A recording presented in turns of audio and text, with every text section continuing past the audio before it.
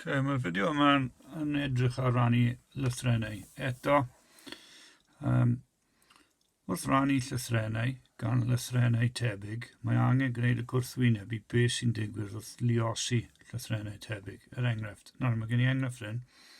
A pŵer 8, lluosi gan A pŵer 2.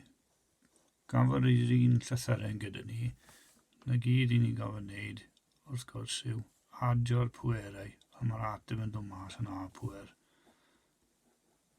10. Okay? Nawr, so wrth bod ni yn lluosi llythrennau tebyg i ni'n adio'r pwerau. Nawr, ni'n rannu fan hyn, so mae'n gwneud synwyr i ni'n gwneud y gwrthwyneb. So fi'n mynd i gael A pŵer 8. Nawr, gan bod yn gweud rannu, fi'n mynd i dynnu y pwerau, sy'n mynd i roi ateb i fi o A pŵer 6. Nawr, mae yna ffordd gwahanol o ysgrifennu'r sym. A pŵer 8 dros A pŵer 2.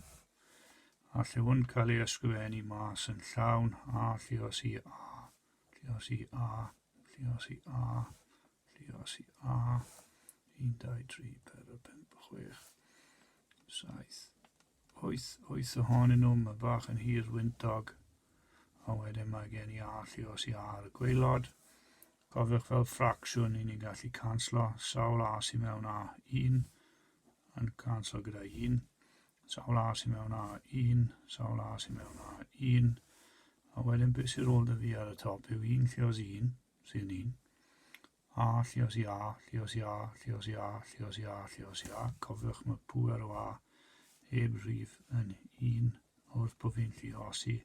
Mae'r ateb yn dod mas yn A pŵer 6 dros 1 sydd yn A pŵer 6. Okay. Mae gen i 3 enghraifft fan hyn. Yn lle bod ni'n sgwennu fe mas yn llawn, cofiwch y reol wrth bod ni'n rannu llythrennau tebyg, tynnwch y pwerau. So D pŵer 10, tynnu y 4. Hwna'n rhoi ateb fi o D pŵer 6. T pŵer 5 rannu gan T pŵer 4. T pŵer 5 tynnu ffwrdd y 4. So hwna'n rhoi typ pŵer 1. A mae typ pŵer 1 yn syml iawn yn typ. Fan hyn, mae hwn bach mwy anodd.